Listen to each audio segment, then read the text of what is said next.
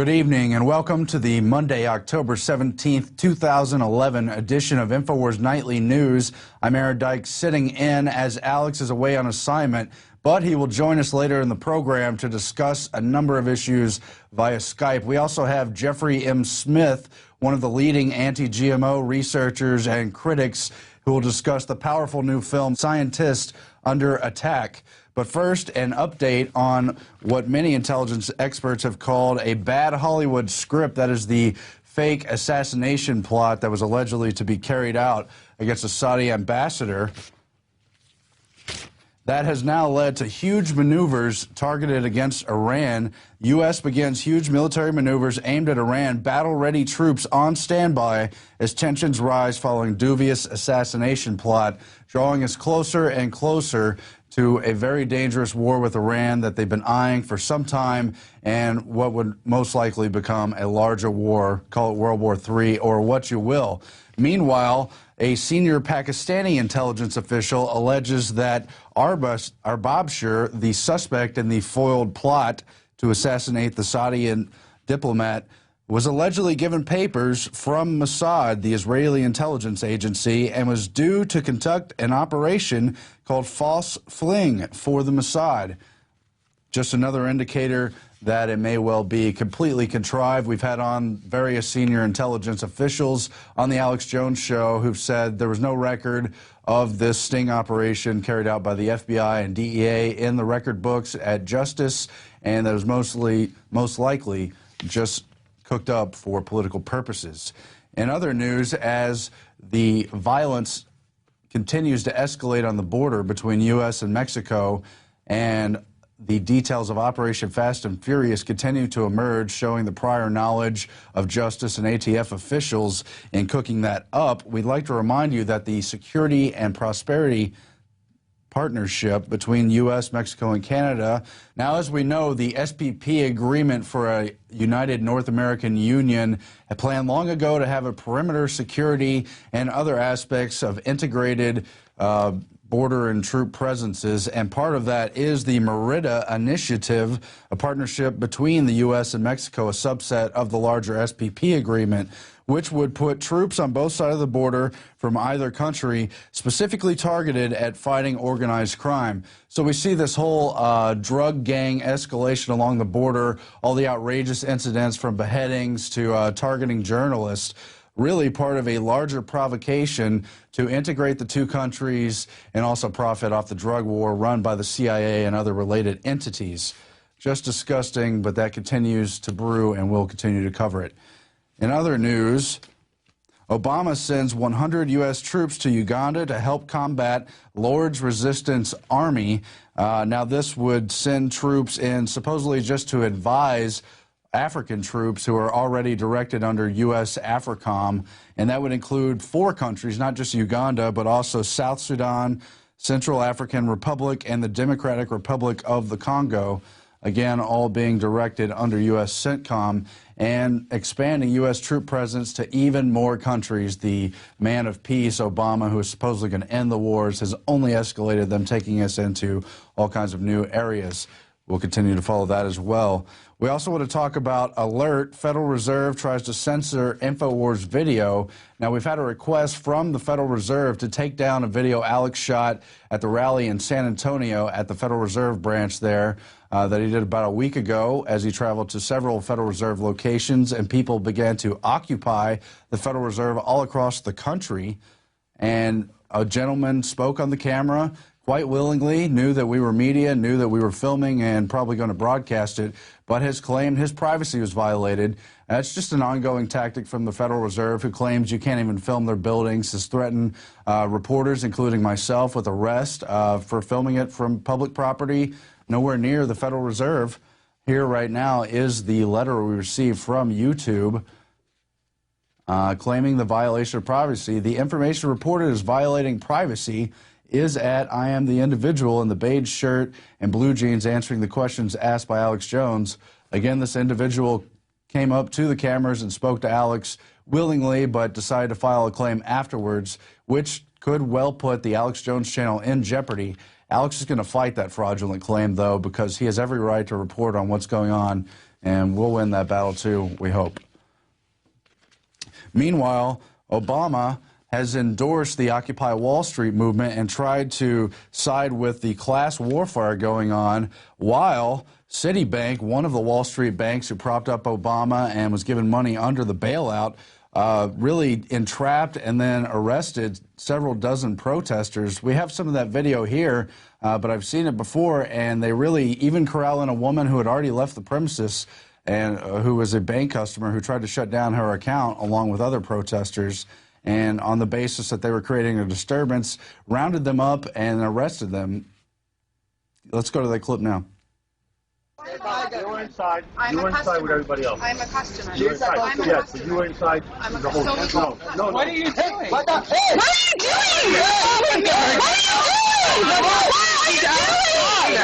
What are you doing? Don't be dominated right now! He's not doing anything! He's not doing anything wrong! Oh my God! What are you doing? This is wrong! This is wrong! You're wrong! You're doing it wrong! Wrong! Shame! Shame! Shame! Shame! Shame! Well, I'm sure many of the police understand why the protesters are there, understand the outrages of the banks, but the police you see in this video guarding for the banks really give the police in New York a bad name. We'll hope they'll allow them to have their freedom of speech, and someone has a right to go into a bank and close their account, even if it makes the bank look bad. Now we want to move on and also cover the House bill that would criminalize satire of the TSA. Kurt Nimmo wrote about this on Friday.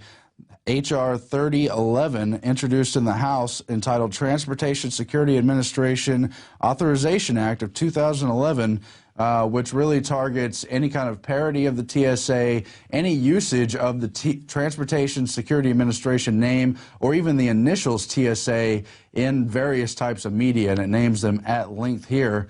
Ridiculous attempt to intimidate critics of the TSA, of which there are certainly many, just as they try to tell people they're not allowed to film these unconstitutional checkpoints, and on and on. We have a clip here of some of the stuff that may be outlawed if this bill were to become law. TSA agents are ready and standing by to give you a little something extra to feel thankful about this holiday season. The TSA. What are you waiting for? I want to check under your testicles. Full pat-downs, body scans. How can you preserve your God-given American right to privacy? Introducing Flying Pasties. Just put these soft, pliable panels inside your undies and keep prying eyes from spying on your privates. Oh, TSA, TSA, groping away. Oh, what fun it is to fly, first we'll get our way. Oh, TSA, TSA, groping away. We're happy to touch you anywhere, whether you're... And of course, it's not just satire either. Some of those video clips were for actual products who are critical of the TSA and trying to appeal to consumers who don't want to be spied on and looked under their clothes and body scanners and the rest of it. And it's just outrageous.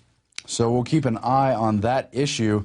In other news, while most of the GOP candidates give lip service to conservatives and others who know that budget cuts have to take place in order to rein in the huge economic problems we face, Ron Paul has issued specifics on his economic plan, including plans to eliminate the Departments of Education, Energy, and others, as well as $1 trillion in cuts and a symbolic but important cut of his own presidential pay were he to become president. You can see some of the quotes there. He would freeze spending to 2006 levels. The EPA would see a 30% cut, and the FDA would see a 40% cut.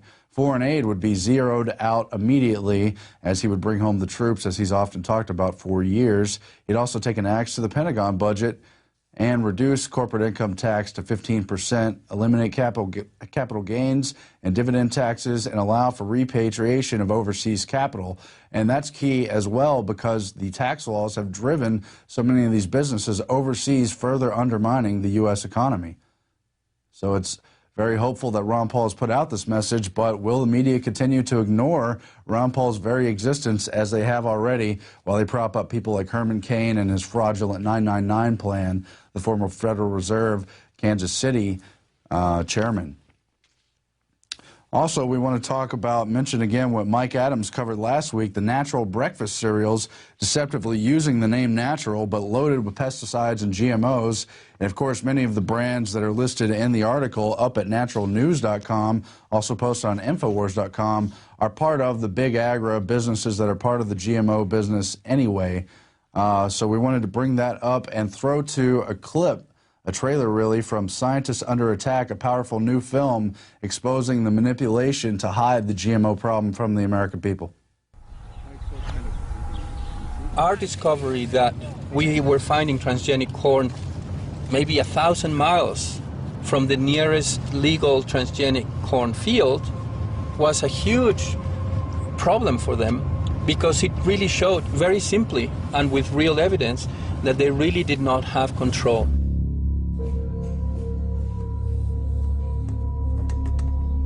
No one gets up in the morning saying, I want to go buy a genetically engineered food. They offer no benefits, no more nutrition, no more flavor, no nothing. They only offer risks. His brilliant design showed that it wasn't the insecticide that caused the problems. It was somehow the process of creating the genetically engineered potato. They asked me, would you eat it? I said, no, certainly not the GM potatoes we worked on. If I could avoid it, I would certainly avoid it.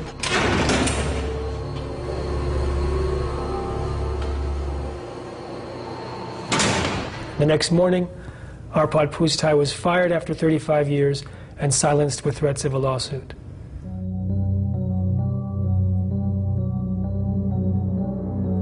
They did not want people to have that knowledge and not want them to have that choice. So this isn't just a story about science. It's a story about knowledge, democracy, and freedom of choice. They should not use our fellow citizens as human guinea pigs. Virtually every food that you consume, including you in Germany, has some genetically modified product in it, okay, whether it's soybeans or corn.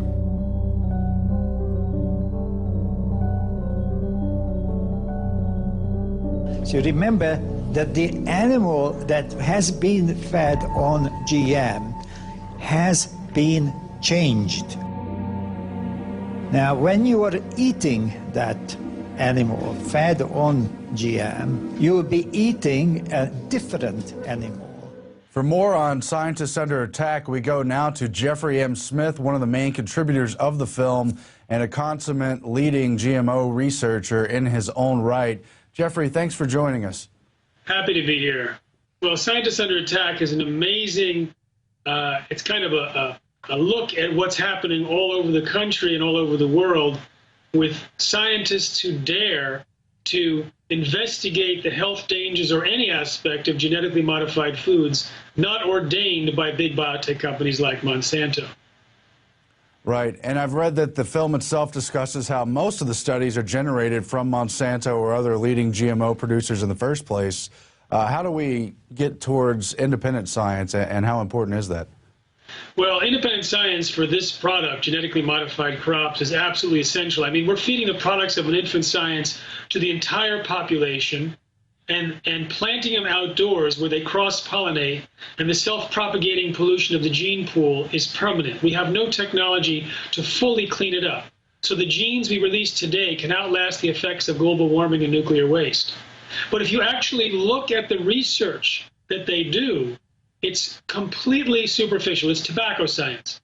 I was talking to Dr. Part1of5, who's featured in this film, Scientists Under Attack, and he actually was supposed to create the testing protocol for GMOs that was going to be implemented in EU law to evaluate all GMOs approved in Europe.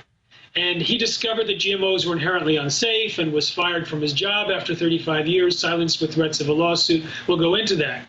But I asked him, what was your most shocking moment? And it wasn't being fired from his job. It wasn't discovering the massive damage to the